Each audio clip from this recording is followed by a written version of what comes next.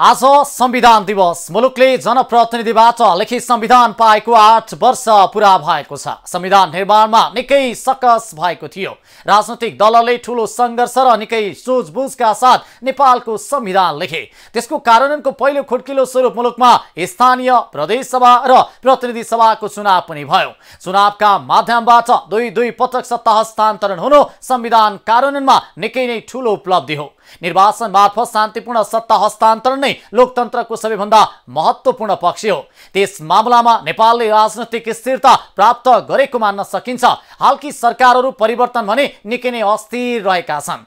व्यवस्था र संविधानका हकमा कुनै फेरबदल नभएको हुँदा यसलाई राजनैतिक स्थिरता मान्न सकिन्छ। विकसित देशहरूमा पनि महिनौं पिछे सरकारहरू परिवर्तन भएको देख्न सकिन्छ।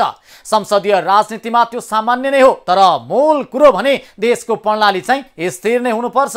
आवश्यकताका आधारमा संविधानको संशोधन भने हुन सक्ने कुरै हो। संविधान लेखनपछि मुलुकले समृद्धिको बाटो समात्छ भन्ने जनविश्वासमाथि चाहिँ यस बीचमा दलहरूले निकै ठूलो कुठाराघात गरेका छन्। मात्रै सत्ताको रोटेपिङमा उनीहरू मच्चिरहेका छन्। मुलुकमा अराजकता यति साह्रो मौलाएको छ कि यो देशमा बस्ने किशोर र युवा उमेर जो कोही पनि यो देश कति बेला छोडौं भनेर आतुर हुन थालेका छन्। संविधानको कारण नै अझै राम्ररी हुन नसक्नु विडम्बना नै हो। मुलुकले फेरि कुनै पनि द्वन्द्वको सामना गर्नु नपरोस्, जनताले फेरि सङ्घर्षमा उत्रिनु नपरोस् भनेर सार्थक पहल भने हुन जरुरी छ। नमस्कार, यो हो खबर अपरेसन। म हेमराज भट्ट। अध्यापनका सबै कामहरू ठप्प पारेर देशभरका शिक्षकहरू यति बेला आन्दोलनमा सडकमा उत्रिएका छन्। संसदमा दर्ता भएको शिक्षा विधेयकको विरोधमा शिक्षकहरू आन्दोलित भएका हुन्। बुधबार शिक्षकहरूले काठमाडौँको माइती घरमा धरना सुरु गरेका छन्। नयाँ शिक्षा विधेयकमा शिक्षकहरूका हक अधिकारलाई कटौती गरिएकाले आन्दोलन गर्नु परेको उनीहरूको भनाइ छ। अन्य कर्मचारीलाई सरकारले सेवा सुविधा दिएको तथा शिक्षकहरूलाई सधैँ निरुत्साहित गर्ने काम मात्रै गरिरहेको उनीहरूको आरोप छ। शिक्षकहरूको आन्दोलनका कारण देशभरका 70 लाख भन्दा बढी विद्यार्थीको पढाइ प्रभावित हुन पुगेको छ। हेर्नुस् यो रिपोर्ट। संसदमा दर्ता भएको शिक्षा विधेयक खारेजीको माग गर्दै देशभरका शिक्षकहरू आन्दोलित भएका छन्। सुरुमा स्थानीय तह घेराउ गरेका शिक्षकहरूले पछिल्लो समय आन्दोलनलाई राजधानी केन्द्रित बनाएका छन्। बुधबार शिक्षकहरूले काठमाडौँको माइती घरमा धरना दिएका छन्। नयाँ शिक्षा विधेयकमा शिक्षकका हक अधिकारलाई कटौती गरिएकाले आन्दोलन गर्नु परेको उनीहरूको भनाइ छ। अन्य कर्मचारीहरूलाई सरकारले सेवा सुविधा दिएको तथा शिक्षकहरूलाई सधैँ निरुत्साहित गर्ने काम मात्र गरेको उनीहरूको आरोप छ। विशेष गरेर यो 52 वर्षपछि अहिलेको सरकारले ल्याएको चाहिँ शिक्षा विधेयक 2080 पुनर्विचार हुनुपर्छ, संसदबाट फिर्ता आउनुपर्छ र फेरि शिक्षकहरू सबै मिलेर त्यो विधेयक फेरि लेख्नुपर्छ, लेखेर फेरि हाउसमा लानुपर्छ भन्ने माग हो। त्यो भित्र धेरै छ। स्थायी शिक्षकका पनि छुट्टै माग छन्। राज शिक्षकका विशेष गरेर 2 दशकदेखि सामुदायिक विद्यालयमा कार्यरत राज शिक्षकहरूलाई विस्थापित गर्ने हिसाबले यो विधेयक आएको छ। यो कुनै हालतमा मान्य हुँदैन। हामीलाई त्यसलाई सच्याउनुपर्छ, पुनर्लेखन गर्नुपर्छ। राज्यलाई हामीले 2 दशक कन्ट्रिब्युसन गरिसकेपछि अब राज्यले चाहिँ 50% साथीहरूलाई चाहिँ घर जाने वातावरण गर्दैछ यो विधेयकबाट। त्यो कुनै हालतमा हुँदैन, यो सचिनुपर्छ भन्ने हो। त्यस्तै अब कर्मचारी साथीहरूको समस्या छ, बाल विकासका साथीहरूको समस्या छ, अनि उच्च माध्यमिकका साथीहरूको समस्या छ। सबै सामुदायिक विद्यालयभित्र कार्यरत शिक्षक कर्मचारीहरूका चाहिँ माग पूरा गर्ने हिसाबले यो विधेयक चाहिँ शिक्षक कर्मचारीहरूले मिलेर लेख्नुपर्छ।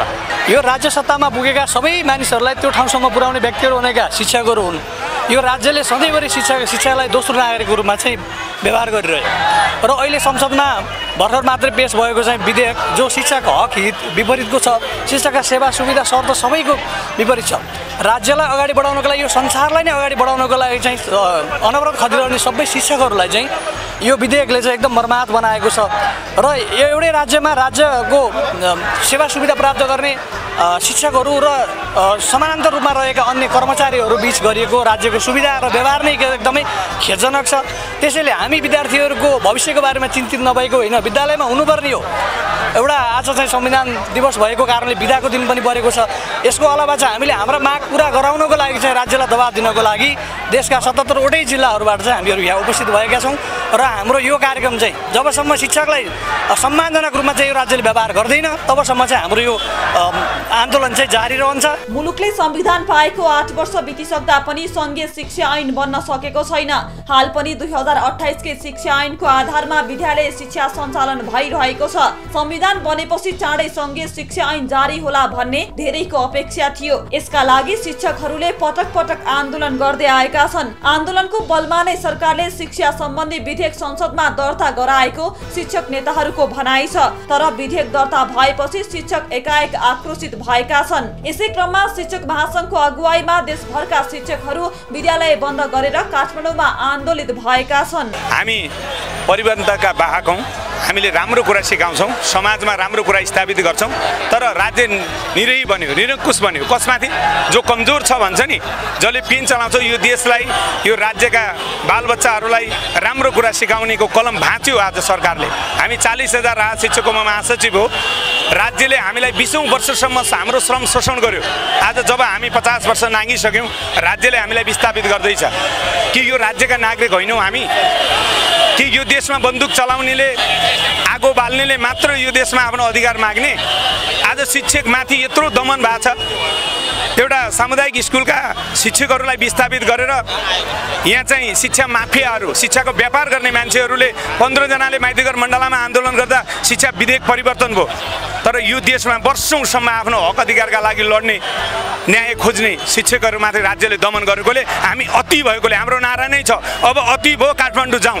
अब हामी राज्यलाई, राज्य सत्ता परिवर्तन गर्न चाहन्छौँ। किनकि त्यो राज्यको टुकडीमा बस्ने मान्छेले सायद हामीले नपढाएर आएका हुन् जस्तो लाग्छ। 3 महिना अगाडिदेखिबाट हामी स्थानीय निकायदेखि जिल्ला प्रदेश हुँदै हामी केन्द्रमा छौँ। हामी 2075 सालमा पनि 51 बुँदे सहमति राहत शिक्षक केन्द्रीय समिति मार्फत सरकारसँग भएको छ। तर त्यो 75 सालमा भएको सहमति आजसम्म कार्यान्वयन हुन सकेका छैन। र अब अति भइसक्यो शिक्षक साथीहरू। त्यो भएर हामीले विभिन्न साथीहरूले हामीले ब्यानरमा पनि राखेका छौँ, यो अति भयो।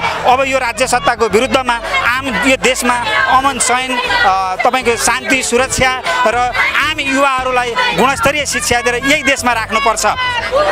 यही देशमा राख्ने शिक्षा नीति चाहिन्छ। यहाँ अलि टाढाबाट मान्छेहरू, अलि पढ्न सक्ने मान्छेहरू, धनीका छोराछोरीहरू विदेश जाने, गरिबका छोराछोरीमाथि केही माफियाहरूले राजनीति गरेर यो देश अब सधैँ चलाउने, तिनलाई त्यो अधिकार छैन। त्यसैको खातिर आज हामी यो आन्दोलनमा छौँ। विधेयक तयारीका क्रममा सरकार विभिन्न दलका नेता सांसदहरूसँग पटक पटक आफ्ना मागबारे ध्यानाकर्षण गराउँदा पनि विधेयकमा नसमेटिएको उनीहरूको आरोप छ। शिक्षकहरूले अघि सारेका अधिकांश माग शिक्षकको पेशागत सुरक्षा र सेवा सुविधासँग सम्बन्धित छन्। यद्यपि यी माग पूरा नभए देशको सार्वजनिक शिक्षामा आमूल परिवर्तन नआउने शिक्षकहरूको भनाइ छ। महासंघको अगुवाईमा भएको आन्दोलनमा सबै शिक्षक सहभागी छन्। नेपाल शिक्षक संघ, नेपाल राष्ट्रिय शिक्षक संगठन, एकीकृत अखिल नेपाल शिक्षक संगठन, संघीय शिक्षक फोरम लगायतका संगठनहरू सहभागी रहेका छन्। यस्तै सामुदायिक विद्यालय कर्मचारी संगठन पनि आन्दोलनमा सहभागी छन्। यस्तै नेपाल कर्मचारी युनियन, नेपाल सामुदायिक विद्यालय कर्मचारी संघ, नेपाल कर्मचारी परिषद आन्दोलनमा सहभागी रहेका छन्। यी बाहेक अस्थायी दरबन्दीमा कार्यरत शिक्षक, पेन्सन नपाउने शिक्षकहरू, साबिकको उच्च माविमा कार्यरत शिक्षकहरू, राहत कोटाका शिक्षकहरू आन्दोलनमा छन्। सरकारले आन्दोलन फिर्ता गरेर वार्तामा आउन आह्वान गरे पनि त्यसलाई शिक्षक महासंघले अस्वीकार गरेको छ। कुनै पनि हालतमा वार्तामा नबस्ने अडान महासंघको छ। शिक्षा मन्त्रीको आह्वानबाट समस्याको समाधान नहुने महासंघको भनाइ छ।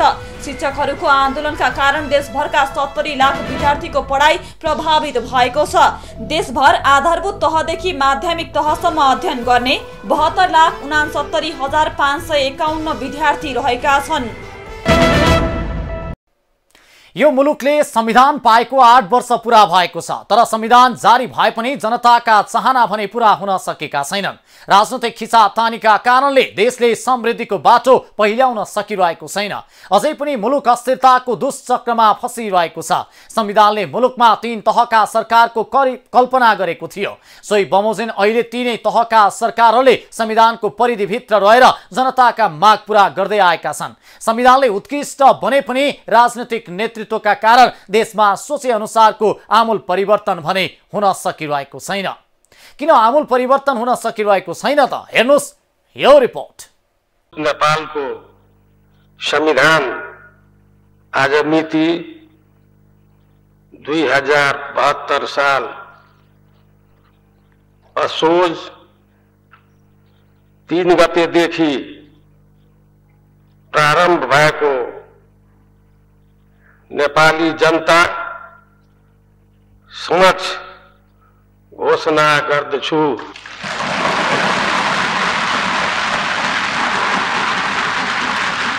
संविधान सभाबाट संविधान जारी भएको बुधबार 8 वर्ष पूरा भएको छ, तर संविधान कार्यान्वयनका लागि महत्त्वपूर्ण सबै कानून अझै निर्माण हुन सकेका छैनन्। 2072 असोज 3 मा संविधान जारी भएको हो। देशमा संविधान आएपछि आमूल परिवर्तन हुने विश्वास जनतामा रहेको थियो, तर राजनीतिक खिचातानीका कारण देशले समृद्धि पाउन सकेको छैन। विशेष गरी संविधानले अँगालेको संघीयता कार्यान्वयन सम्बन्धी कानून लामो समयसम्म निर्माण नहुँदा व्यवस्थाप्रति नै नागरिकका गुनासा छन्। संसद सत्ता राजनीतिको दाउपेच गर्ने थलो हुँदा कानून निर्माण ओझेलमा पर्ने गरेका छन्। सरकारी तथ्याङ्क अनुसार संविधान निर्माणपछि 191 वटा ऐन निर्माण भएका छन्। यसमा केही नेपाल ऐनलाई संशोधनबाट संविधान अनुकूल बनाइएको छ। संघीय निजामती, संघीय शिक्षा लगायत महत्त्वपूर्ण विधेयक संसदमा पेश गर्ने तयारी छ। संघ, प्रदेश र स्थानीय तहको साझा अधिकारको सूचीमा रहेका तथा विकास निर्माणका कार्यसँग सम्बन्धित कानून निर्माणको प्रक्रियामा छ। कार्यकाल सकिँदा निष्क्रिय भएका विधेयकलाई पुनः संसदमा पेश गर्न गृह कार्य भइरहेको छ। राष्ट्रिय सभाको विधायन व्यवस्थापन समितिले संविधान कार्यान्वयनका लागि आवश्यक बन्न बाँकी कानूनबारे अध्ययन गर्न समिति नै गठन गरेको थियो। समितिले संघीय शिक्षा, संघीय प्रहरी, संघीय निजामती, एकीकृत जनस्वास्थ्य, महाअभियोग अदालतको अपहेलना, राष्ट्रपतिको कार्य सम्पादन र विधेयक प्रमाणीकरण सम्बन्धी जनमत संग्रह लगायतका 39 वटा कानून तत्काल निर्माणका लागि अविलम्ब प्रक्रिया अगाडि बढाउन सरकारले पहल कदमी लिनुपर्ने सुझाव दिएको छ। रूपान्तरित व्यवस्थापिका संसदबाट बने 55 कानून। संविधान जारी भएपछि संविधान सभा स्वतः व्यवस्थापिका संसदमा रूपान्तरण भएको थियो। प्रतिनिधि सभा चुनाव अघि 2074 असोज 28 सम्म कार्यकाल रहेको व्यवस्थापिका संसदले 55 वटा कानून बनायो। सभाको काम कारबाहीलाई व्यवस्थित गर्न संविधान अनुकूल नियमावली निर्माण गर्यो। साथै संविधान बमोजिम राज्य सञ्चालन गर्न र संविधानले निर्दिष्ट गरेका अन्य आवश्यक कानून निर्माण गर्ने तथा संघीय संरचना अनुसार स्थानीय तह, प्रदेश सभा र संघीय संसदको निर्वाचनका लागि आवश्यक कानून निर्माण गरेको थियो। अध्यादेशकै भर। संविधान कार्यान्वयनका लागि महत्त्वपूर्ण कानून बन्न नसकेका बेला अध्यादेशकै भरमा शासन चलाउने प्रवृत्ति बढेको छ। साथै केही नेपाल ऐन संशोधन विधेयक मार्फत पर्याप्त छलफल नगरी छोटो बाटोबाट कानून संशोधनको प्रवृत्ति मौलाएको छ। संविधान निर्माणपछि कानून बनाउने मुख्य जिम्मेवारी बोकेको पहिलो प्रतिनिधि सभाको कार्यकालमा 48 वटा अध्यादेश जारी गरियो, जबकि व्यवस्थापिका संसदको अवधिमा सरकारका तर्फबाट कुनै पनि अध्यादेश जारी गरिएको थिएन। कानून नबनाउने तर अध्यादेशबाट काम चलाउने प्रवृत्ति प्रतिनिधि सभाको पहिलो कार्यकालमा कायम रह्यो। संघीय संसदको पहिलो कार्यकालमा 102 कानून, 27 विधेयक निष्क्रिय। 2074 मा सुरु भएको संघीय संसदले पहिलो कार्यकालमा 102 कानून बनाएको छ। 153 विधेयक दर्ता भएकोमा प्रतिनिधि सभाले 75 र राष्ट्रिय सभाले 27 वटा कानून बनाएको हो। प्रतिनिधि सभामा 102 र राष्ट्रिय सभामा 51 विधेयक दर्ता भएका थिए। यो कार्यकालमा विधेयक दर्ता भएर पनि 51 वटा कानून बन्न सकेन, जसमध्ये 12 वटा विधेयक सरकारले नै फिर्ता लियो। 27 विधेयक प्रतिनिधि सभाको कार्यकाल सकिएर निष्क्रिय भए भने राष्ट्रिय सभामा 12 विधेयक विचाराधीन रहे। दोस्रो कार्यकालको 9 महिनामा बन्यो एउटा मात्रै कानून।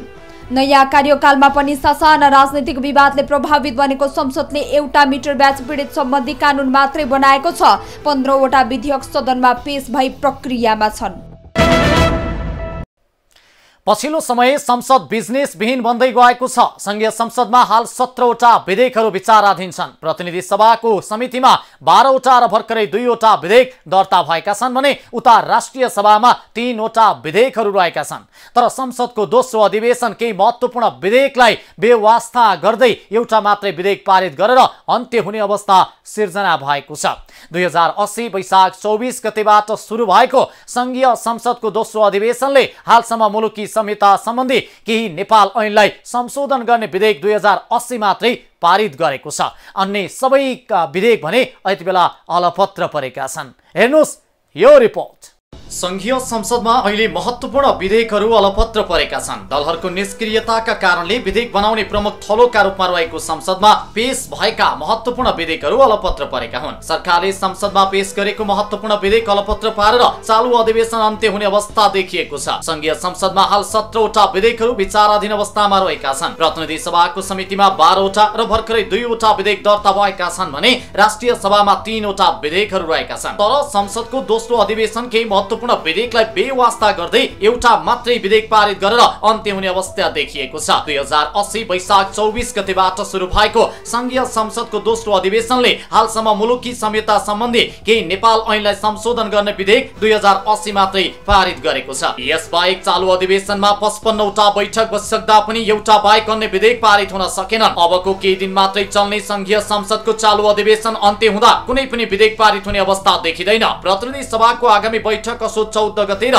राष्ट्रिय सभाको आगामी बैठक असोज 12 गते बोलाइएको छ। नेपालीहरूको महान चाड दशैं तथा तिहार नजिकै गरेको अवस्थामा चाडपर्व अघि नै संसदको चालु अधिवेशन अन्त्य हुनेछ। यसो हुँदा संसद र समितिमा विचाराधीन अवस्थामा रहेका विधेयकहरूमाथि पर्याप्त छलफल हुन नसक्ने र विवादित विषयहरूमा समेत दलहरूका बीचमा सहमति जुट्न नसक्दा विधेयक पारित बिना नै अधिवेशन अन्त्य हुने सम्भावना बढ्दै गएको छ। चालु अधिवेशनमा बसेका 55 वटा बैठकहरू मध्ये 7 वटा बैठक अवरुद्ध नै हुन पुगे भने 8 वटा बैठक सूचना टास गरेर स्थगित गरिएका थिए। समितिमा रहेका विधेयकलाई अगाडि बढाउने सन्दर्भमा सम्बन्धित मन्त्रालय हेर्ने मन्त्री, समितिका सभापति र समितिका सदस्यको प्रमुख भूमिका रहे पनि उनीहरू नै आफ्नो भूमिकाबाट भाग्न थालेपछि यस्तो अवस्था सिर्जना भएको हो।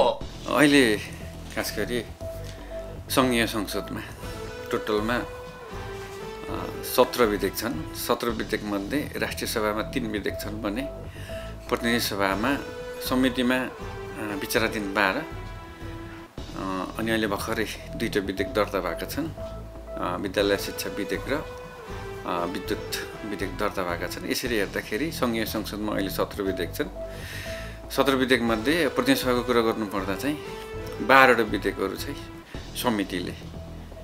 समितिमा पठाएको छ। सभाले विचार दिएको हरेक दफावार संशोधन सहित उक्त विधेयकहरूको दफावार छलफल गरेर प्रतिवेदन दिनका लागि भने 2टा विधेयक चाहिँ भर्खरै दर्ता भएको अवस्था हो। यस्तो अब सभाले समितिलाई पठाएको छ। खास गरी अहिले समितिमा 12वटा विधेयक छन्। 12वटा विधेयक मध्ये अब समितिले भर्खरै हो सभापति पाएको, त्यति लामो समय भएको छैन। यद्यपि अब समितिले ती विधेयकहरूमाथि छलफल गर्नुपर्ने हुन्छ हैन। छलफल गरिसकेर निष्कर्षमा पुर्याएपछि मात्रै उक्त विधेयकमाथिको प्रतिवेदन समितिले सभामा पेश गर्ने हो। अहिले खास गरी अब यो कानुन समितिमा रहेको जुन हामी टिआरसी विधेयक भनेर भन्छौँ त्यो माथि चाहिँ अब अलि बढी छलफल भएको अवस्था हो भने अरू विधेयकहरूको माथिको छलफल प्रारम्भिक अवस्थामा नै रहेको छ। अब यस्तो अब यो अधिवेशनमा कुनै पनि विधेयक पारित हुने सम्भावना छैन भनेर भनिहाल्न मिल्ने अवस्था चाहिँ होइन। समितिबाट प्रतिवेदन प्राप्त भयो भने त त्यो विधेयक पारित गर्नका लागि सभामा छलफल गरेर अगाडि बढाउनलाई कुनै समस्या पर्ने छैन त्यस्तो हैन। अब यद्यपि समितिमा विधेयकहरू गएको समय त्यति लामो पनि भएको छैन। अब छलफलले पनि केही समय माग गर्छ नै। फेरि कानुन निर्माणको कार्य त्यति सहज कार्य पनि होइन, अलि जटिल पनि हुन्छ। आज कानुन पारित गरेर भोलिदेखि समस्या आउने पनि हुनुहुन्न। त्यसले गर्दाखेरि सरकारवाला पक्ष सबैसँग छलफल गर्नुपर्ने हुँदा अलिकति टाइम पनि लाग्न सक्छ। संसदले विधेयकहरू पारित गर्न नसक्नुमा राजनैतिक दलहरू भने एक आपसमा आरोप प्रत्यारोप मात्रै लगाइरहेका छन्। प्रमुख प्रतिपक्षी दल नेकपा एमाले सरकारले विधेयक पारित गराउन नचाहिरहेको आरोप लगाएको छ। सत्तारूढ दल सरकारको बचाउ गर्दै सरकारले संसदप्रति आफ्नो जिम्मेवारी पूरा गरिरहेको दावी गरिरहेको छ। नेकपा एमालेका सचेतक महेश बर्तौलाले विधेयक पारित हुन नसक्नुमा संसद र प्रतिनिधि सभाको दोष नभएको बताएका छन्। सरकारको अकर्मण्यता र संसदलाई प्रभावविहीन बनाउने सरकारको चाहना भएकै कारणले विधेयक पारित हुन नसकेको उनको भनाइ छ। विधेयकहरूलाई प्रभावकारी ढङ्गबाट कानुन निर्माणको तहमा पुर्याउने मुख्य दायित्व सरकारको। आवश्यक विधेयकहरू सदनमा ल्याउने र त्यो विधेयकहरूलाई विषयगत रूपमा विषयगत समिति मार्फत वा संसद स्वयं आफैले पनि दफावार छलफलको माध्यमबाट कानुन निर्माणको तहमा पुर्याउने दायित्व संसदको हो। तर यसमा सरकार मुख्य जिम्मेदार हुनुपर्छ। विधेयक कानुनको तहमा पुगेन भन्ने कुरा संसदको कारणले गर्दा होइन, सरकारको कारणले गर्दा हुन्छ। कतिपय विधेयकहरू सरकारले अगाडि बढाऊ भनेपछि मात्रै संसद मार्फत अगाडि बढ्छ। संसदमा सरकारपछि जहिले पनि बहुमतमा हुन्छ। आवश्यक विधेयकहरू संसदमा सरकारले दर्ता गर्नुपर्छ। सरकारको अनुपस्थितिमा 1 मिनट पनि हाउस अगाडि बढ्दैन। सरकारले बिजनेस दिएन भने 1 मिनट पनि हाउस अगाडि बढ्दैन। तर सरकारले यो संसदलाई कानुन निर्माणको थलोको रूपमा प्रभावकारी ढङ्गबाट कानुन अगाडि बढाउनका लागि सरकारले काम दिएको छैन, भूमिका दिएको छैन। किनभने कानुन दर्ता हुने बित्तिकै पास हुने तहमा पुग्दैन, त्यसले समय लिन्छ। 6 महिना, 5 महिना, 7 महिना, 2 महिना, 3 महिना, किनभने यसमा धेरै पक्षबाट अध्ययन गर्नुपर्ने हुन्छ। एउटा कानुनले देशको लामो परसम्मको 30औं वर्षको भविष्यलाई त्यसले नेतृत्व गरिरहेको हुन्छ। त्यसकारण कानुन भनेको आज दर्ता भएर भोलि पास हुँदैन। तर सरकारले त्यो लामो समय लाग्ने भएका कारणले गर्दा आवश्यक विधेयकहरू सदनमा दर्ता गर्नुपर्छ, प्रोसेसमा हाल्नुपर्छ। तर सरकार त्यो कुरामा तयार छैन। जम्मा 8-9वटा मात्र विधेयक टेबल गर्यो। एउटा आर्थिक विधेयक भन्नु पर्यो, एउटा अनुचित लेनदेनसँग सम्बन्धित फौजदारी संहिताको संशोधन, त्यो कानुनको रूपमा गयो। यता सत्तारूढ दल नेपाली कांग्रेसका सचेतक सुशीला थिङले भने चालु अधिवेशनमा बजेट छलफल गरी पारित गर्नुपर्ने भएकाले पनि अन्य विधेयकमा ध्यान पुर्याउन नसकेको बताएकी छिन्। उनले प्रमुख प्रतिपक्षी दलले गरेको संसद अवरुद्धका कारणले नै विधेयक पारित गर्ने काममा असर परेको बताएकी छिन्। यस्तै विधेयकहरू धमाधम दर्ता भइरहेको र समितिमा रहेको भन्दै संसदीय प्रक्रियाका कारणले पनि केही ढिलाइ सुस्ती हुन गइरहेको भन्दै उनले यसको बचाउ गरेकी छिन्। के कारणले भन्ने कुरा स्पष्ट छ हैन। अहिले सदनमा कुनै पनि दलको यथेष्ट बहुमत छैन। बहुमत नहुँदै पनि यही अधिवेशनमा चाहिँ अब बजेट पनि सरकारले पारित गर्नुपर्ने, बजेट प्रस्तुत गर्नुपर्ने र फेरि त्यो बीचमा नै प्रतिपक्षी दलले पनि करिब 1 महिना जति सदन अवरुद्ध नै गर्नु हो। यो विविध कारणले गर्दाखेरि केही ढिला भएको हो।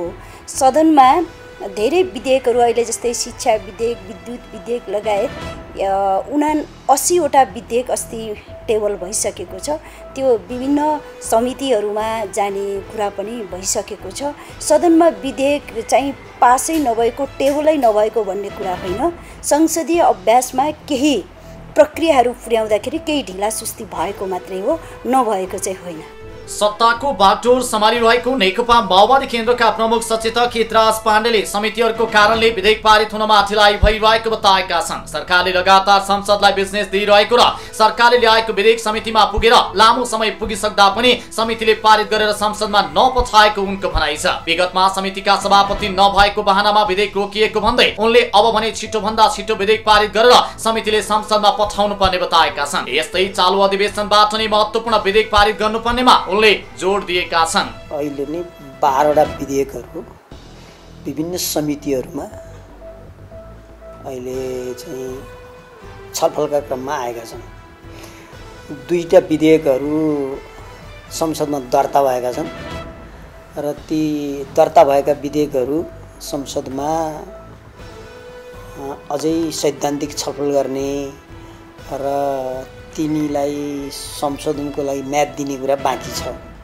यसरी आएर हेर्दाखेरिमा चाहिँ 14वटा विधेयकहरू अहिले प्रतिनिधि सभामा मात्रै पाइपलाइनमा छन्। तपाईले भने जस्तै हामीले 3वटा बजेट सम्बन्धी विधेयकहरू पारित गर्यौं यो अधिवेशनबाट। एउटा चाहिँ हामीले मिटर ब्याज भनेर सहिलेसँग जनताले बुझ्ने गरे केही नेपाल ऐनलाई संशोधन गर्ने विधेयक पास गर्यौं। जम्मा अहिलेसम्म पास गरेको त्यति हो। अब यी विधेयकहरू किन ढिलो भए भनेर भन्दाखेरिमा स्वभावैले पहिले चाहिँ के भनियो भने समितिको सभापति नभएको कारणले, समिति नबनेको कारणले भन्नुभयो। अनि यी चाहिँ न्यू मात्रै रहेछन् भन्ने कुरा अहिले देखिन्छ। यस कारणले मैले सत्ता पक्षको तर्फबाट सम्मान्य सभामुखज्यूलाई र विभिन्न समितिका सभापतिहरूलाई के अनुरोध गरेको छु भने अब छिटोभन्दा छिटो समितिहरूबाट विधेयकहरू आउनु पर्यो। अब प्रतिपक्ष त सत्तापक्षलाई आरोप मात्रै लगाइरहन्छ, तर तथ्यले के भन्छ भने सरकारले त विधेयक बनाएर दर्ता गर्ने संघीय संसद सचिवालयले दिएको जानकारी अनुसार प्रतिनिधि सभामा अनुगमन र मूल्याङ्कन विधेयक 2076, अभिलेख संरक्षण पहिलो संशोधन विधेयक 2077, खाद्य स्वच्छता तथा गुणस्तर विधेयक 2077 र सम्पत्ति शुद्धिकरण, मनी लन्ड्रिङ निवारण तथा व्यावसायिक वातावरण प्रवर्धन सम्बन्धी केही ऐनलाई संशोधन गर्ने विधेयक 2079 विचाराधीन अवस्थामा रहेका छन्। यस्तै संवैधानिक परिषद काम, कर्तव्य, अधिकार र कार्यविधि सम्बन्धी पहिलो संशोधन विधेयक 2079, बेपत्ता पारिएका व्यक्तिको छानबिन, सत्य निरूपण तथा मेलमिलाप आयोग तेस्रो संशोधन विधेयक 2079, सार्वजनिक सेवा प्रसारण विधेयक 2077, सुरक्षा मुद्रण सम्बन्धी विधेयक 2077, अख्तियार दुरुपयोग अनुसन्धान आयोग तेस्रो संशोधन विधेयक 2077 र भ्रष्टाचार निवारण पहिलो संशोधन विधेयक 2077 पनि विचाराधीन नै रहेका छन्। यसैगरी केही नेपाल ऐनलाई संशोधन गर्न बनेको विधेयक 2080, नेपाल विश्वविद्यालय विधेयक 2080, विद्यालय शिक्षा विधेयक 2080 र विद्युत विधेयक 2080 पनि प्रतिनिधि सभामै अड्किएर रहेका छन्। राष्ट्रिय सभामा पनि विद्युतीय व्यापार विधेयक 2080, राष्ट्रिय मर्यादा सम्बन्धी विधेयक 2079 र अध्यागमन विधेयक 2076 विचाराधीन अवस्थामा रहेका छन्। यसरी संसदमा महत्त्वपूर्ण विधेयकहरूलाई नै अलपत्र पारेर संघीय संसदको चालु अधिवेशनलाई अन्त्य गर्नु सरकार र राजनैतिक दल दुवैको गैर जिम्मेवारीपूर्ण भूमिका देखिएको छ। नेपाल विद्युत प्राधिकरणले भारतमा बिजुली निर्यात गरेको खबरले सुख सञ्चार गरे पनि भित्री तथ्य भने त्यति सुख छैन। कारण के हो भने प्राधिकरणले जति रुपैयाँको बिजुली भारतलाई बेचेको छ त्योभन्दा झण्डै दोब्बरको आयात गरेको छ। गत आर्थिक वर्षमा प्राधिकरणले 10 अर्ब 45 करोड रुपैयाँको बिजुली बेच्दा 19 अर्ब 44 करोड रुपैयाँको आयात गरेको थियो। तर त्यसभित्र केही तथ्य पनि छिपिएर बसेको छ। त्यो के हो भने प्राधिकरणले उठाउनु पर्ने बक्यौताको हिसाब एकातिर राखेर नाफाको चार्ट अर्कैतिरबाट सार्वजनिक गरिएको हो। प्राधिकरणको 47 अर्ब बक्यौता छ, त्यो भने उद्योग व्यवसायबाट उठाउन बाँकी महसुल हो। 47 मध्येको ठूलो हिस्सा उद्योग धन्दाको भए पनि 8 अर्ब चाहिँ घरासी ग्राहकहरूको नै रहेको छ। धमाधम बिजुली उत्पादन बढेको अवस्थामा उपभोक्ता र खपत वृद्धि गर्ने चुनौती एकातिर छँदैछ, त्यसमाथि बक्यौताको बोझ पनि थपिनु दुर्भाग्यपूर्ण हो। प्राधिकरण नेतृत्व सस्तो लोकप्रियता छोडेर यस्ता गम्भीर समस्याको सम्बोधनतिर लाग्न जरुरी छ। हवस् त, आजलाई खबर अपरेसन यति नै। हाम्रो खबरदारी जारी नै छ। नमस्कार।